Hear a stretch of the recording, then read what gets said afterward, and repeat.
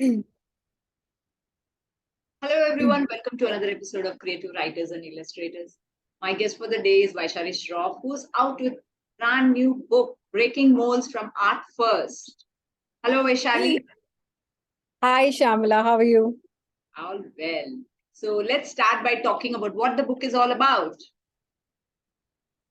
Breaking Molds, Meera Mukherjee Breaking Molds is uh, the new edition in the Art Exploration Stories by Art First. It's co-published by KNMA and Art First, actually.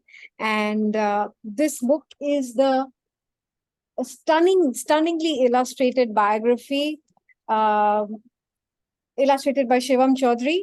And it is the biography of this woman, Meera Mukherjee, who was a pioneering sculptor of modern India, and she broke a lot of molds, to create her own in her times.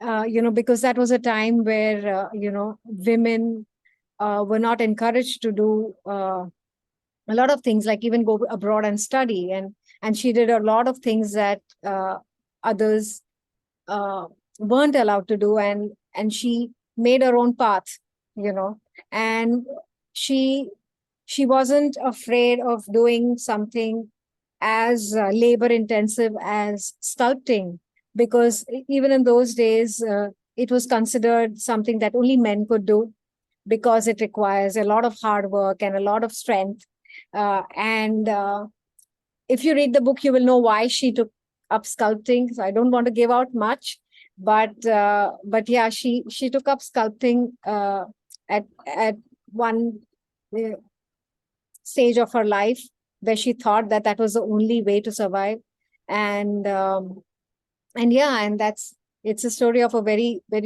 brave woman, and I hope people read it. Why did you choose the story of Meera Mukherjee? How did you discover her? Were you approached to write the book, or did you discover her through your travels? No, this was I was commissioned to do this book, and we discussed many artists, many female artists, because Art First had not earlier books by Art First in the same series had male artists, and we were very keen on doing a female artist, and we had a laundry list of names, because there are so many of them, but you know she stood out for us, and she was, it was different. They've not written about sculpting as well, so I thought we thought that this would be a very interesting story to take to readers, and yeah, Meera Mukherjee is a stellar personality, uh, and a very different, because art is not just an act, it is also a perspective, and every artist brings a very different perspective, uh, you know to to to not just their work, but to looking at the world in a very different, with a very different lens, and Meera Mukherjee also, did the same. She looked at art very differently, and her ways were very connected to nature, and it was a beautiful story. She had a lovely backstory, growing up in Calcutta, and I could only visualize it, happening in my head like a movie. Her whole life unfolded before me when I was writing about her, reading about her, and yeah, I'm grateful for the opportunity to write this book. So on the back cover, Akar Prakar is mentioned. It says research supported by Akar Prakar. So Yeah, what yeah. kind of support did they provide, and what is the kind of research that you had to do to write this book? So Meera Mukherjee is an artist who's not highly documented at all. Even if you search for her on the internet, you won't find much. Yes. Akar Prakar very closely connected with Meera Mukherjee. They have held exhibitions for her work. Even they knew her uh, uh, personally. So they love Meera Mukherjee, and they had come out with a book called Purity of Vision, and that was the only documentation I had. So that book was very valuable. It was like my Bible when I was writing this book, um, and I learned a lot about her journey, her friends, the people in her life, her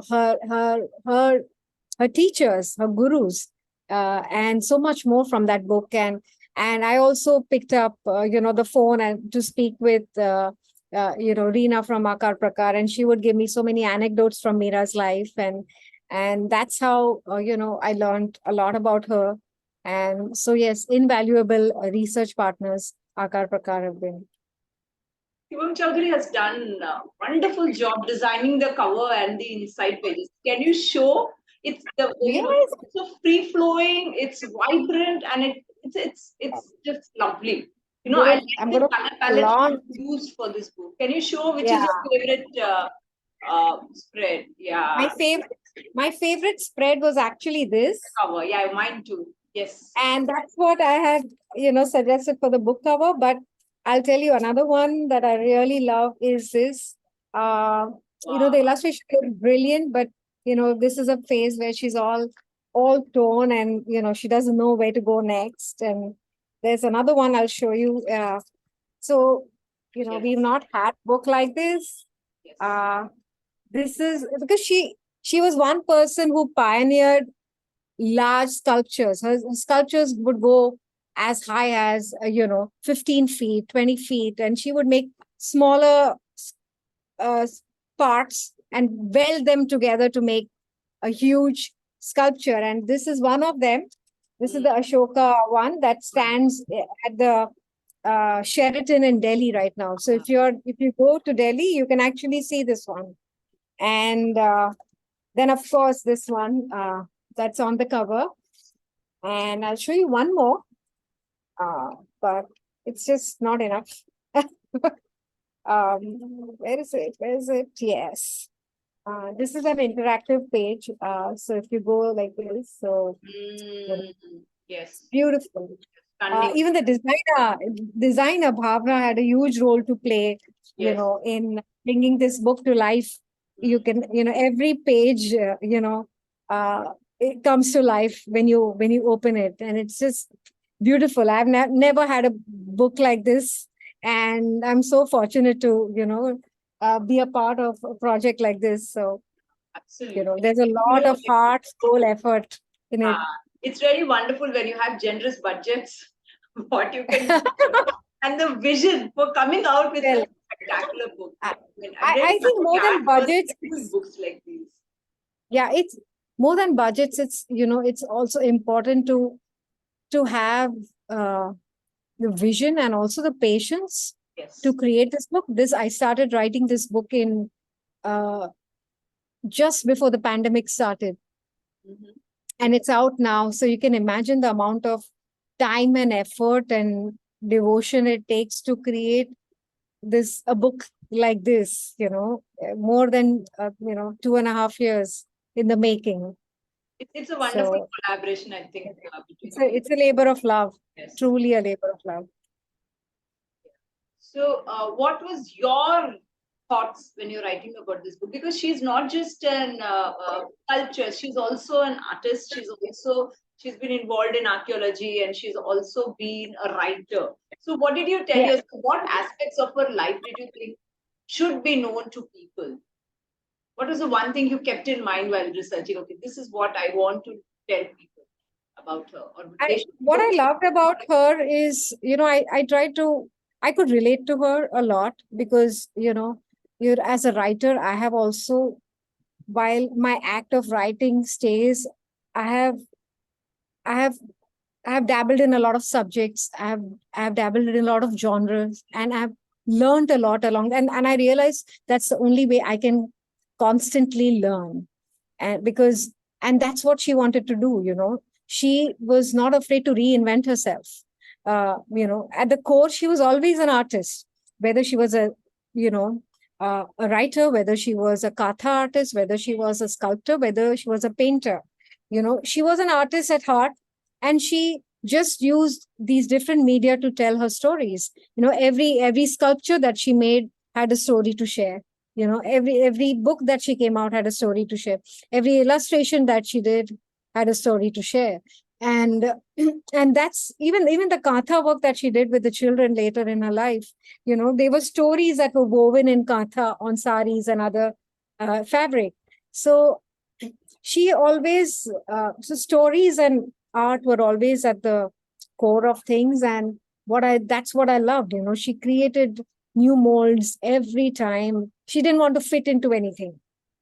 you know she wanted to she kept learning, and she kept keeping her art alive in different media. And that's what I loved about her. It's not that, because there are a lot of people who have a signature style, Yes. or Yes. there's one kind of painting that they specialize in, or one kind of stories or writing that they specialize in. She was so diverse in her work, and I think that was the beauty of it, of everything, of her entire body of work. So you also have another recent release, Batata Pau and All Things Portuguese. Would you like to talk about that? Oh, that was a beautiful journey. That again started just before the pandemic, and it was a book. I wanted to write about the Portuguese history of Bombay, actually, uh, and I wanted to, again, I'm someone who wants to take every book and write it in a very different way. So that was a book I thought that I would visit every place I want to write about and sit there and write. I wanted to. It was an experiment for me, and then bring the book together. So again, I had no plan that this would be the structure of my book. This was my outline. These are the chapters. No, I just knew what I wanted to cover, and I wanted to take it, one place at a time. And then the pandemic happened, and I was locked behind. We were all locked inside, right? So, and then I was stuck. I'm like, how do I do this book? And for months, I did not write at all. And then I said, no, this can't be. I can't just sit. I have to do something. So then I started, making a list of places that I wanted to cover that I've already visited. Fortunately, I'm from the west coast of India, and the Portuguese were also, had most of their settlements along the west coast of India. So most of the places I had visited, whether they're in Bombay, whether they're in Goa, whether they're in Gujarat, even some places in Kerala. So I said, okay, let me use those as the starting point for my book. And then from there, I went. In fact, when the pandemic is over, I revisited a lot of places to rewrite the narratives from, so like the chapter on the fort of Bassein, or Fontaina, so in Goa, or there are so many other things that I rewrote, because just when you actually visit a place and you feel it, the narratives take a whole different life. So, but I thoroughly enjoyed, as much as it was stressful, because again, I'm not a historian and not an expert on Portuguese history at all. And this is the first ever book that's written on Portuguese history from an Indian perspective. So, yeah, it wasn't an easy book to write at all. I did a course on Portuguese history from Mumbai University. And, I had a few historians who helped me and mentored me to write the book wherever I was stuck. So, and even my editor gave me a lot of valuable inputs while writing this book. But yeah, that's how this book happened. And I thought 500 years of history, Shamla. That's so much history, even for me to digest and make it palatable for others to consume. And that's when I thought that why don't I, graphically do this, And so I started converting my prose to comic strips. And, we got Suha, who has beautifully illustrated the book, as a graphic novel. And so, yeah, that's how the book came together in a piecemeal way. But I'm glad it did. All your efforts for this book have been rewarded. You won the Author Awards for this. Congratulations. Thank you. Thank you. That was like the cherry on the icing, I would say. I totally did not expect that because, a non-fiction book, even making it to a shortlist, when there are so many amazing contenders is a huge thing. But when the jury told me why they liked the book and why they selected it, I just felt grateful to this universe that, people do acknowledge efforts, people do acknowledge, vision, when you have a vision to do something. Because, when you're writing these kind of books, Shamala, you're not just say my purpose was not that, okay, I want to write a book on Portuguese history, and I want children to learn more about Portuguese history, because that's a period that, our textbooks don't cover. But one of the things is that when you write these books, you're creating a record for future. You're creating an archive, right?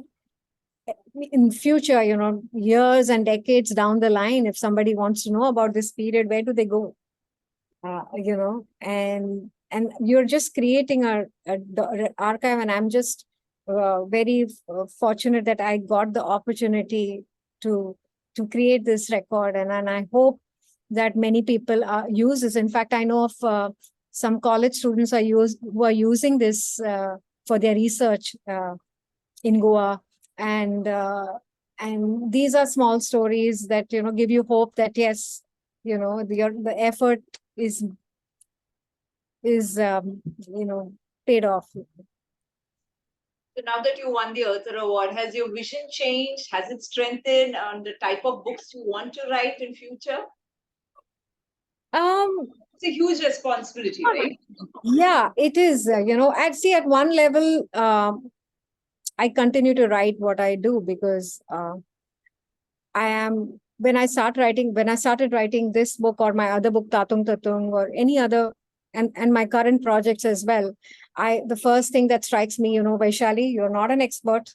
You're not a, you're not a language expert, you're not a historian, you're not a paleontologist. Why are you even attempting these books? It's crazy to even think about that, because people feel that experts obviously do a better job at writing books like these. But I saw it as an opportunity for myself to learn something that I don't know. And secondly, I just felt that if somebody wanted to write about this, they would have written. If experts wanted to do this, they would have done it earlier. Because what happens is these are subjects that are highly discussed amongst academicians, but it stays in those academic circles. How do they break those academic walls and go to the common people? It needs this kind of research, valuable research, knowledge, information needs to be made more accessible to people.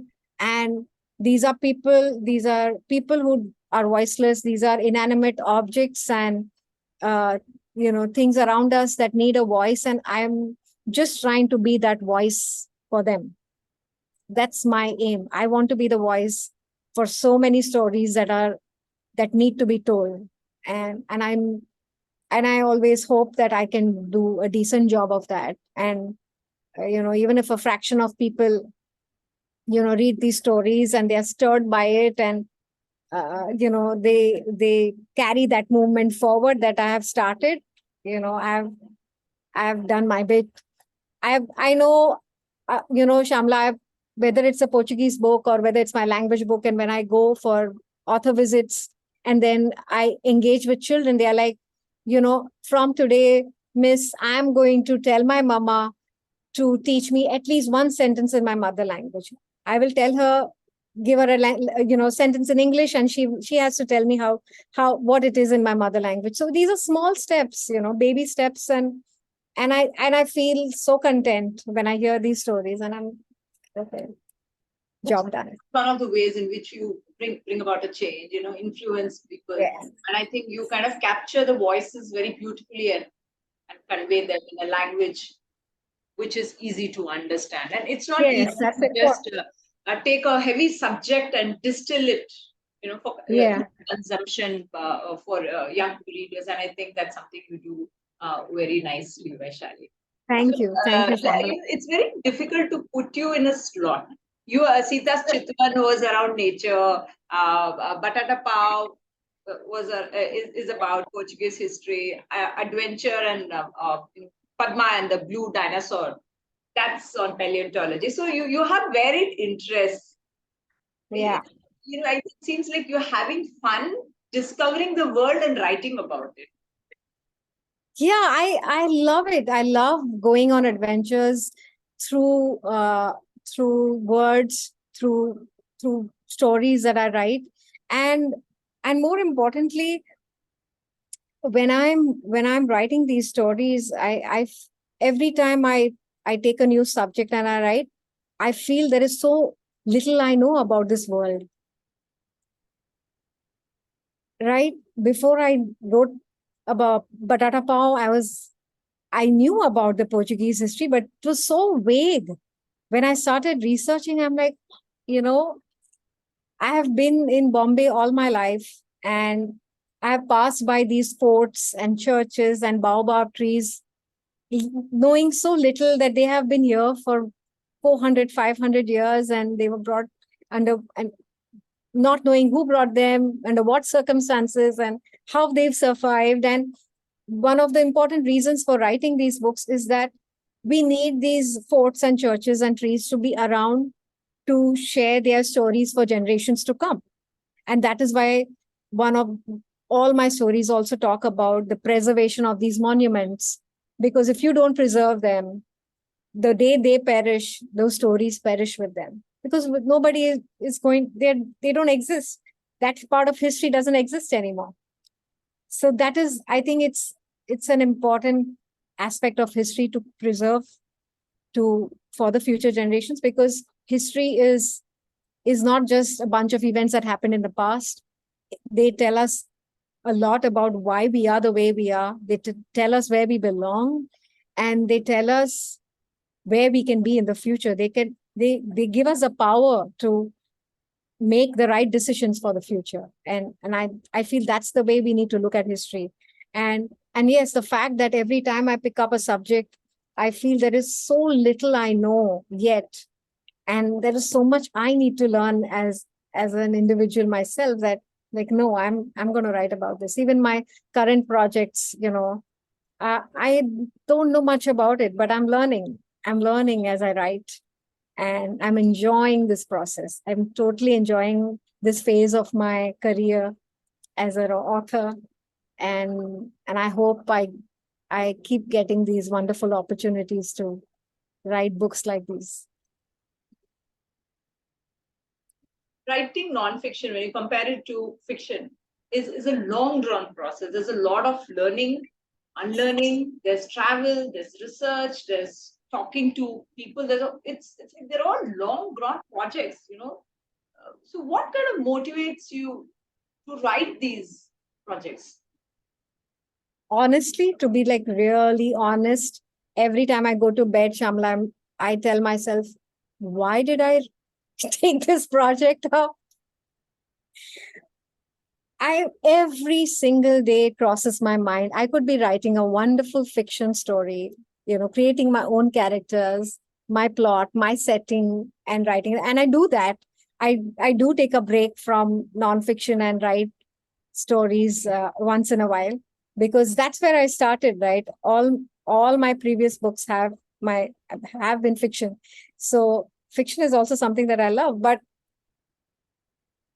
nonfiction is time intensive, effort intensive, and it takes every bit of your energy. It can be frustrating, especially when you're doing long works like these, and add to that you're not the expert on these subjects. It becomes easier when you know the subject to write about it.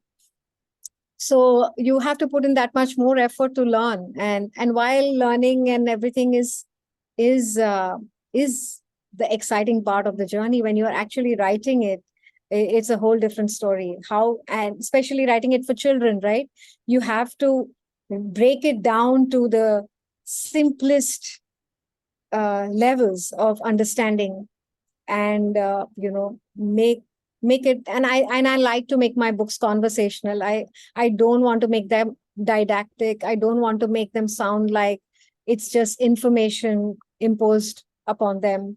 I want to write my nonfiction such that when children read them, they feel they're in another world. They're reading stories of people who exist and about their lives. And I want them to enjoy nonfiction, and that takes a lot of effort. But yeah, I'm enjoying it, and I hope to write more fiction. I hope to write more nonfiction. Whatever I enjoy, I'm just going with the flow. I never knew I would do biographies. I have done a few biographies for international publishing houses, but they are not published in India. So sorry, nobody has read them. But I'm enjoying doing these biographies as well. So yeah, I'm learning and I'm writing. Vaishali, thank you for this lovely conversation. And I'm hoping you travel, you discover new worlds, and continue to write these wonderful books for children. Thank you. Thank you so much, Shamla, and wish you also all the best in all your writing endeavors. And thank you for all this lovely work that you do through Kahani Takbak to spread the love for reading and books and taking us to them. Thank you so much.